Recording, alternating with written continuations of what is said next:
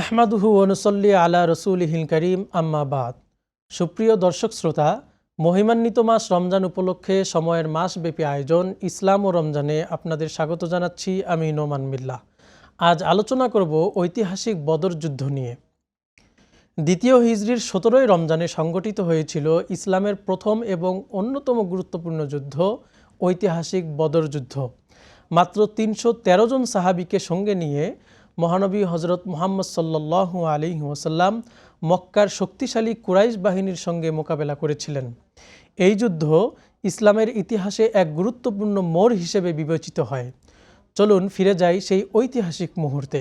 7ম শতাব্দীর প্রথম দিকে ইসলামের উদ্ভব হয়। হিরা গুহায় মহানবী হজরত মুহাম্মদ সাল্লাল্লাহু আলাইহি ওয়াসাল্লামের কাছে আল্লাহর পক্ষ থেকে প্রথম ওহী নাজিল হয়। কিন্তু মক্কার নেতারা এই নতুন ধর্মের বিরুদ্ধে অবস্থান নেয়, শুরু হয় নির্যাতন।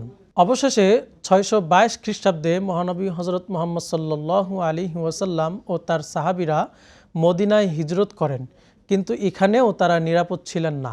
কুরাইশরা তাদের দমন করতে নানা পরিকল্পনা করছিল। মদিনায় এসে মহানবী সাল্লাল্লাহু আলাইহি ওয়াসাল্লাম 3টি গুরুত্বপূর্ণ পদক্ষেপ গ্রহণ করেন। 1. মদিনার গোত্রগুলোর সঙ্গে শান্তি চুক্তি করা। 2. কুরাইশদের গতিবিধি নজরদারির জন্য গোয়েন্দা নিযুক্ত করা। 3. মক্কার বাণিজ্য কাফেলাগুলোর উপর অভিযান পরিচালনা করা। এরই ধারাবাহিকতায় সিরিয়া থেকে ফেরার পথে এক কাফেলা আক্রমণের লক্ষ্যে 313 জন সাহাবীকে সঙ্গে নিয়ে রাসূলুল্লাহ সাল্লাল্লাহু আলাইহি ওয়াসাল্লাম বদর অভিমুখে রওনা হন। এদিকে মুসলমানদের আক্রমণের খবর পেয়ে কাফেলা নেতা আবু সুফিয়ান মক্কায় বার্তা পাঠান। তখন মক্কা থেকে 1000 সৈন্যের বিশাল বাহিনী প্রস্তুত হয়। যদিও আবু সুফিয়ান নিরাপদে চলে যাওয়ার পর অনেকে ফিরে যেতে চেয়েছিল, তবে আবু জাহেল যুদ্ধের পক্ষে থাকেন এবং সৈন্যদের বদর প্রান্তরে পাঠান। মুসলিম বাহিনীর সংখ্যা ছিল মাত্র 313। তাদের কাছে ছিল মাত্র 70টি উট, 2টি ঘোড়া আর হাতে গোনা কিছু অস্ত্র। অপরদিকে কুরাইশদের কাছে ছিল 100টি ঘোড়া, 700টি উট এবং প্রচুর অস্ত্র। দ্বিতীয় হিজরির 17ই রমজানে বদরের প্রান্তরে মুসলমান ও কুরাইশদের মধ্যে যুদ্ধ শুরু হয়। আল্লাহ তাআলার রহমতে মুসলমানরা প্রবল প্রতিরোধ গড়ে তোলেন। যুদ্ধের এক পর্যায়ে আবু জাহেল সহ মক্কার প্রধান নেতারা নিহত হন। কুরাইশ বাহিনী পরাজিত হয়, 70 জন নিহত এবং 70 জন বন্দী হয়। কোরআনে বদর যুদ্ধের প্রসঙ্গে আল্লাহ তাআলা বলেন, নিশ্চয়ই আল্লাহ বদর যুদ্ধে তোমাদের সাহায্য করেছিলেন, অথচ তোমরা ছিলে দুর্বল। সুতরাং আল্লাহকে ভয় করো, যাতে তোমরা কৃতজ্ঞ হতে পারো। এই যুদ্ধের মাধ্যমেই ইসলামের শক্তি প্রকাশ পায়।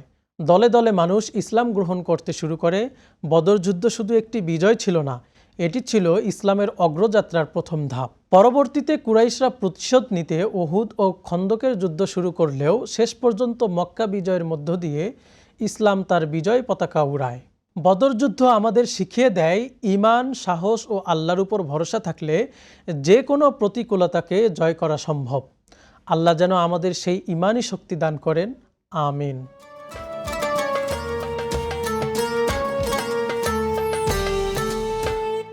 প্রিয় সুধী, রমজানের রোজা সঠিকভাবে পালনের জন্য রমজান সম্পর্কিত গুরুত্বপূর্ণ মাসাইল জানা জরুরি। তাই এ সংক্রান্ত 2টি মাসালা এখানে উপস্থাপন করছি। একজন জানতে চেয়েছেন, জাকাত সৌর বছর হিসেবে নাকি চান্দ্র বছর হিসেবে আদায় করবে? জাকাত আদায়ের শরঈ নিয়ম হলো চান্দ্র বছর হিসেবে জাকাত বর্ষ গণনা করা। সৌর বছর যেহেতু চান্দ্র বছর থেকে 11 দিন বেশি, তাই জাকাত হিসেব যথাযথ হয় না। আরেকজন জানতে চেয়েছেন, বয়স্ক অসুস্থ ব্যক্তি রোজা রাখতে না পারলে কি কাফারা আদায় করবে? যদি সক্ষম হন তাহলে তিনি রোজা রাখবেন। যদি সক্ষম না হন তাহলে রমজান শেষে যদি সক্ষম হন তাহলে রোজার কাজা করে নেবেন। আর যদি সুস্থ হওয়ার সম্ভাবনা না থাকে তাহলে প্রতি রোজার জন্য একটি ফিদিয়া দিতে হবে। রোজা রাখতে অক্ষম ব্যক্তিদের জন্য কাফারার বিধান নয়, ফিদিয়ার বিধান। ফিদিয়া হলো প্রতি রোজার জন্য একজন মিসকিনকে 2 বেলা খানা খাওয়ানো বা এর সমমূল্য প্রদান করা, যা সদকায়ে ফিতর পরিমাণ টাকা। প্রিয় দর্শক শ্রোতা, রমজান মাস জুড়ে সময়ের নিয়মিত আয়োজন ইসলাম ও রমজানের সঙ্গে থাকার জন্য সবাইকে ধন্যবাদ। পরবর্তী পর্বের আমন্ত্রণ জানিয়ে এখানেই শেষ করছি। আসসালামু আলাইকুম ওয়া রাহমাতুল্লাহি ওয়া বারাকাতুহু।